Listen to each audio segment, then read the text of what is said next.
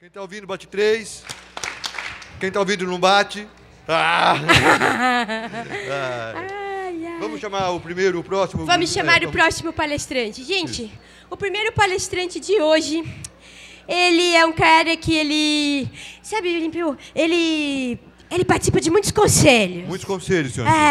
Os conselhos das International Blasters, Integrations of Forests and Corporations. Corporations não. Foras e dentro daqui. Gente, vocês não têm ideia que esse cara já participou, já escreveu. Alguém precisa escrever alguma coisa. O cara, você não tem ideia. Ele vai lá e faz. Exatamente. Muitos conselhos. Quem quer um conselho, pergunte para Fábio Feldman. Yes. Gente, o Fábio vai falar aqui nesse dia de hoje, 25 anos do SOS. Vocês sabiam que 25 anos atrás, segundo o conto do Dr. Paulo Nogueira, cabia numa Kombi essa turma que está aqui hoje no Ibirapuera? Incrível. Cabia dentro de uma Kombi. E a Kombi ia gastando combustível. Não é, Fábio? Cabia numa Kombi a turma de vocês. Aí o Fábio lá na universidade, ligado, todo mundo, não vai acontecer. Ele foi, a turma dele botou na Kombi. Olha o que virou. Por favor, gente, com vocês o Fábio. Falou, Fábio.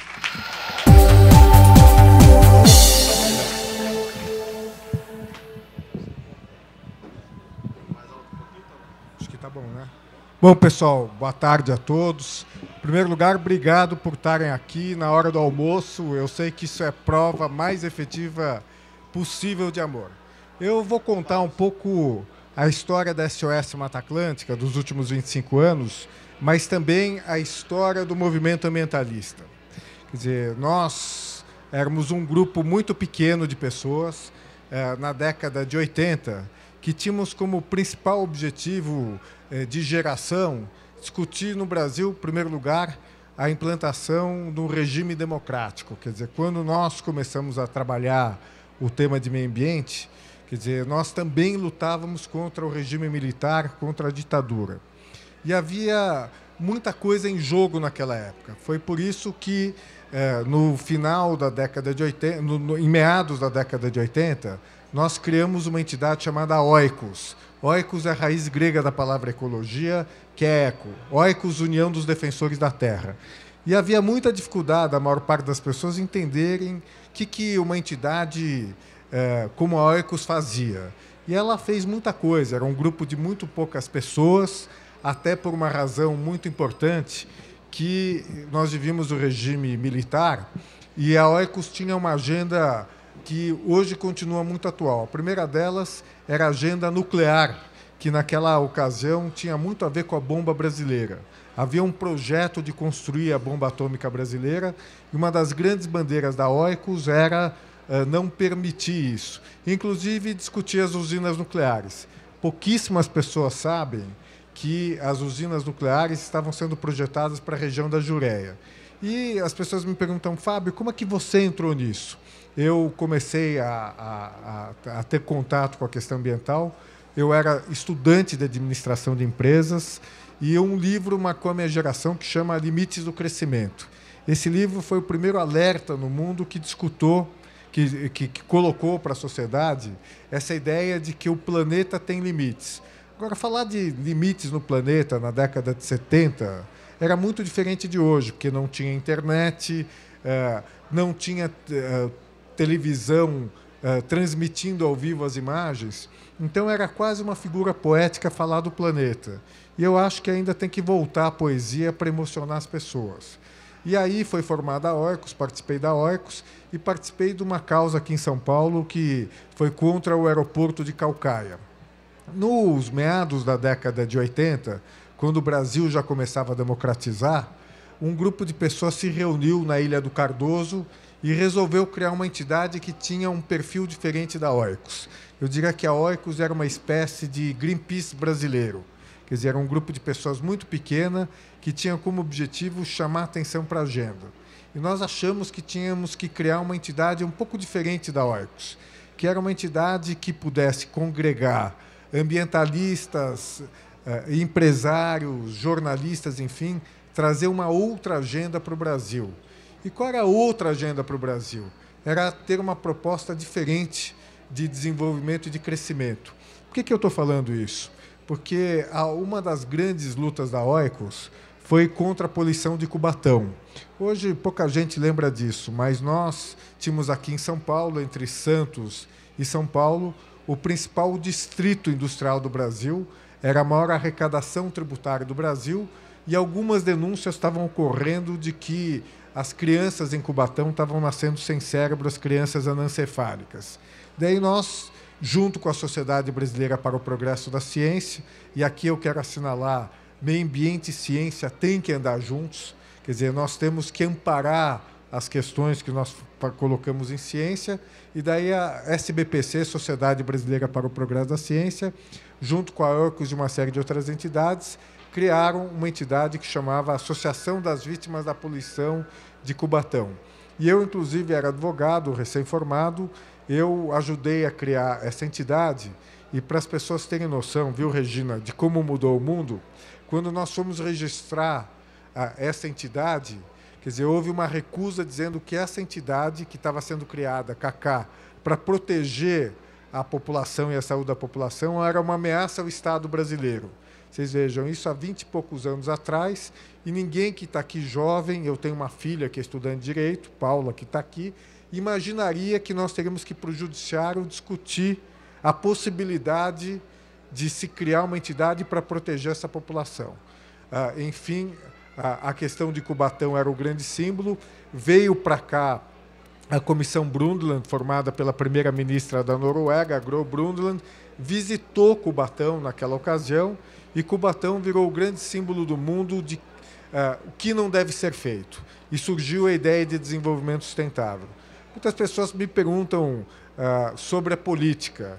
E eu, nessa ocasião, junto com o movimento ambientalista, saí candidato a deputado para a Assembleia Nacional do Constituinte, sem nenhuma possibilidade, naquele momento, de me eleger. Qual era a ideia? Muito simples. Vai ter um momento em que o Brasil vai se discutir. Esse momento chama Assembleia Nacional Constituinte, quer dizer, que marcou a passagem da ditadura para a democracia, e precisava um deputado verde. Eu fui candidato sem acreditar, naquele momento, de que seria possível haver qualquer eleição de qualquer candidato à Assembleia Nacional Constituinte, e foi aí, quase simultaneamente, que nós criamos a SOS Mata Atlântica. Eu fui eleito em 1986, eu não tinha até então me filiado a nenhum partido político, escolhi naquela ocasião o PMDB, e ao mesmo tempo nós criamos a SOS Mata Atlântica. Houve a Constituinte, a Assembleia Nacional Constituinte, e quais foram as principais polêmicas na Constituinte? A primeira delas, uma polêmica se cabia num texto constitucional falar em direito ao meio ambiente sadio e equilibrado, se cabia colocar no texto mais importante do Brasil, em termos jurídicos, qualquer coisa sobre meio ambiente. E surgiu todo um capítulo do meio ambiente, que até hoje é referência, mas o que é importante nisso é que eu acho que nós estamos criando, quase intuitivamente no Brasil e no mundo, o conceito de cidadania planetária. O que é o conceito de cidadania planetária? Que todo cidadão do planeta, Roberto, tem direito ao meio ambiente sadio e equilibrado, mas todo cidadão no planeta tem um dever com as futuras gerações. Isso é muito novo. Novo para nós, Cacá, não é novo para algumas populações tradicionais que, antes de tomar uma decisão importante, levam em consideração 7, 8 ou 9 futuras gerações. O que mudou no mundo em relação a isso? Primeiro, na década de 80, vem uma imagem de satélite sobre a Antártida e mostra o buraco na camada de ozônio. Eu diria que esse foi talvez um dos fatos mais relevantes daquele período, porque hoje falar em imagem de satélite é muito trivial. Quer dizer, qualquer um de nós pega o Google Earth e vai saber onde se localiza a casa onde eu moro. Naquela ocasião, a imagem de satélite era de uso apenas militar. E aquela imagem de satélite confirmou que nós, humanidade, estamos causando um grande impacto no planeta Terra. Quer dizer, até então, a discussão da dimensão planetária do problema era uma discussão em caráter muito abstrato. Aquela imagem de satélite mudou o mundo e as Nações Unidas convocou a chamada Conferência do Rio. Quando me perguntam sobre a discussão do Código Florestal, eu sempre digo o seguinte, que no mundo contemporâneo você tem um conflito muito diferente de quando eu era estudante, quando eu era jovem. Quando eu era jovem, o conflito era esquerda e direita, capitalismo versus socialismo, masculino versus feminino. Hoje, o conflito no mundo é visão do século XXI, visão do século XX, século XIX. A posição do deputado Aldo Rebelo é visão do século XX versus século XIX versus a visão do século XXI. Estou vendo o Rui Rocha aqui, que lidera o movimento contra a implantação, junto com o Renato Cunha do Gambá, de um porto em Itacaré. Qual é a visão? Qual é o grande conflito ideológico que tem lá? É a visão do século XXI, que valoriza os ativos ambientais, valoriza a biodiversidade, versus uma visão do século XX e século XIX. Qual é a visão que está por trás da tentativa de diminuir o Código Florestal? É uma visão do século XX e século XIX que não tem capacidade de construir e ajudar a construção do século XXI. Portanto, quer dizer, a Conferência do Rio, na minha opinião, que foi em 92, ela talvez inicia o século XXI no planeta. Quer dizer, foi a primeira vez que a sociedade civil, as ONGs, tiveram o seu papel reconhecido. Foi a primeira vez que governos e sociedade civil passam a dialogar.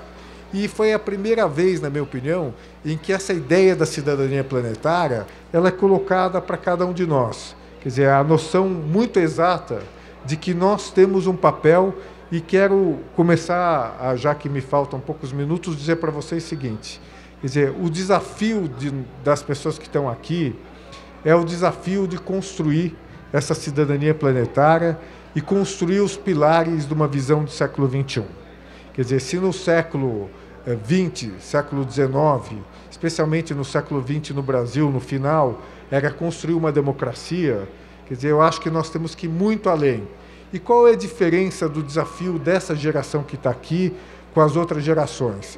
Que o planeta está sob risco e que quanto mais a ciência conhece os processos planetários, mais ela diz para cada um de nós o seguinte: nós temos limites muito claros. Nós temos limites em relação ao aquecimento global. Nós não podemos continuar a jogar carbono na atmosfera. Quer dizer, nós temos limites em relação à água que o planeta possui e nós temos que compreender isso. Nós temos limites em relação à biodiversidade, ou seja, a vida no planeta. E a geração que está aqui, e talvez o melhor exemplo seja o TED, quer dizer, ela tem que construir no espaço de tempo muito curto alternativas.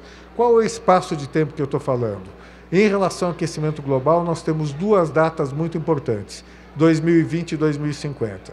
Nós temos que estabilizar a emissão de gás de efeito estufa. O que é gás de efeito estufa? É petróleo. O que é o metano, que é emitido pelos lixões e aterros sanitários, pelo arroto da vaca, e nós temos que reduzir em 2020 e 2050. O que isso significa? Que a geração de pessoas que está aqui tem que construir a passagem e a transição para a sustentabilidade. Esse é o grande desafio que nós temos e nós temos que fazê-lo imediatamente. Como fazer é o que nós temos que discutir aqui. E talvez no Brasil, o grande teste, a grande prova dos 9 é a questão do Código Florestal. Do mesmo jeito que o Obama não consegue aprovar no Congresso nenhuma lei que reduz os gases de efeito estufa nos Estados Unidos, a prova dos 9 do Brasil é a disputa que nós estamos tendo no Congresso. Qual é essa disputa? É século XX versus século XXI, mas mais do que isso, uma visão de curtíssimo prazo versus uma visão de médio e longo prazo. O que é sustentabilidade? Sustentabilidade é essa ideia de que nós temos que ter perspectiva de longo prazo, que nós temos que pensar claramente em qualquer atitude da nossa vida pessoal, qual será o impacto para as futuras gerações. Só que as pessoas pensam, nossa, aquecimento global é tão complexo, quer dizer, destruir os oceanos ou enfrentar a destruição dos oceanos é tão complexo. Eu diria que temos que colocar no nosso cotidiano. O que é o nosso cotidiano? É criar cidadania planetária na comunidade internacional. É isso que vai ser discutido na Rio+20 ano que vem. Que mecanismos nós vamos criar para que haja uma espécie de governança do planeta Terra a partir do ano que vem. Aqui no Brasil e no mundo, colocar o consumidor como um grande personagem nessa questão. Vou comprar um determinado produto, eu quero saber o impacto desse produto na cadeia produtiva. Desde a carne que eu vou comprar no açougue até o peixe que eu vou consumir. Quer dizer, ontem mesmo eu estava discutindo a questão das tainhas na região sul do Brasil. Quer dizer, nós praticamente dizimamos os estoques de peixe. Então eu quero que no supermercado que eu vou, que na peixaria exista uma clareza de que aquele peixe que eu estou consumindo é um peixe que não ajudou a destruir o planeta. É colocar o consumidor nessa parada. Se o consumidor não for colocado, nós estaremos, enfim, perdendo essa batalha, que é a batalha da nossa geração. Do ponto de vista da política, a mesma coisa. Quer dizer, eu acho que nós temos que, nesse momento do Código Florestal, lembrar em quem nós votamos, ligar para os nossos deputados, para os nossos senadores, está aqui o Zuzinha, que eu estou vendo lá de longe, e fazer com que, enfim, se consiga que os parlamentares tenham uma visão não de curto prazo, quer dizer, que tenham uma visão de longo prazo. Ou seja, eu acho que a história da SOS é a história de um grupo de pessoas que começou a debater um assunto que não estava na agenda e que conseguiu criar uma entidade que hoje é uma referência no Brasil e que é uma referência no mundo. Outras entidades têm uma história parecida. O Greenpeace, esse ano, faz 40 anos, e o Greenpeace começou com um grupo de menos de 10 pessoas e hoje tem 2.800.000 filiados no mundo.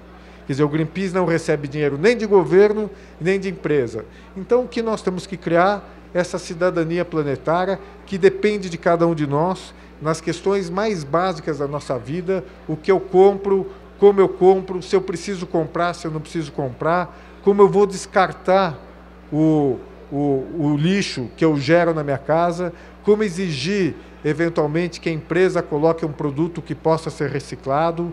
Do ponto de vista político, eu diria que é criar as opções, um repertório grande no Brasil e no resto do mundo, e nas profissões. Eu queria dizer, e dar, a Iracema me pediu para dar um depoimento muito pessoal. Eu sou advogado e eu acho que a grande oportunidade que eu tive na minha vida foi, na minha atividade profissional, poder colocar as coisas que eu acredito. Quer dizer, hoje, o que essa geração de pessoas mais jovens tem é a oportunidade de escolher uma profissão na qual esteja incorporada uma realização existencial e pessoal. Acabou o mundo das 9 às 5, que eu vou trabalhar e depois à noite eu vou fazer a coisa que eu gosto. Nós temos que colocar isso como uma oportunidade. Se eu for engenheiro, eu posso ser engenheiro ambiental. Se eu for, como a minha filha quer ser, uma pessoa de marketing, eu vou pensar como que eu posso usar meus conhecimentos e a minha profissão para mudar o mundo. E, enfatizando, nós temos 20 a 30 anos para mudar o mundo que nós vivemos. E se nós conseguirmos colocar para as pessoas a oportunidade de realização existencial e a oportunidade de realização profissional, eu acho que tem esperança de que nós possamos não salvar o planeta, porque o planeta vai sobreviver à humanidade. Talvez a humanidade não sobreviva ao aquecimento global, à perda da biodiversidade, à dizimação dos estoques nos oceanos, mas o que nós temos que salvar é a humanidade e salvar o planeta. E aí eu quero agradecer mais uma vez, dizer que cada uma das pessoas que está aqui tem que exercer sua cidadania planetária. Direitos que eu já enfatizei, mas os deveres. O dever não é um dever legal, é um dever ético de saber, em relação às futuras gerações e a nós mesmos, criarmos um mundo diferente e garantirmos que esse mundo que nós vivemos vai ter, em primeiro lugar, respeito ao meio ambiente e às futuras gerações, um crescimento econômico que não se confunde com desenvolvimento e menor desigualdade social e combate à pobreza. Esse é o desafio das atuais gerações. Muito obrigado. Acabei no tempo certo, Iracema.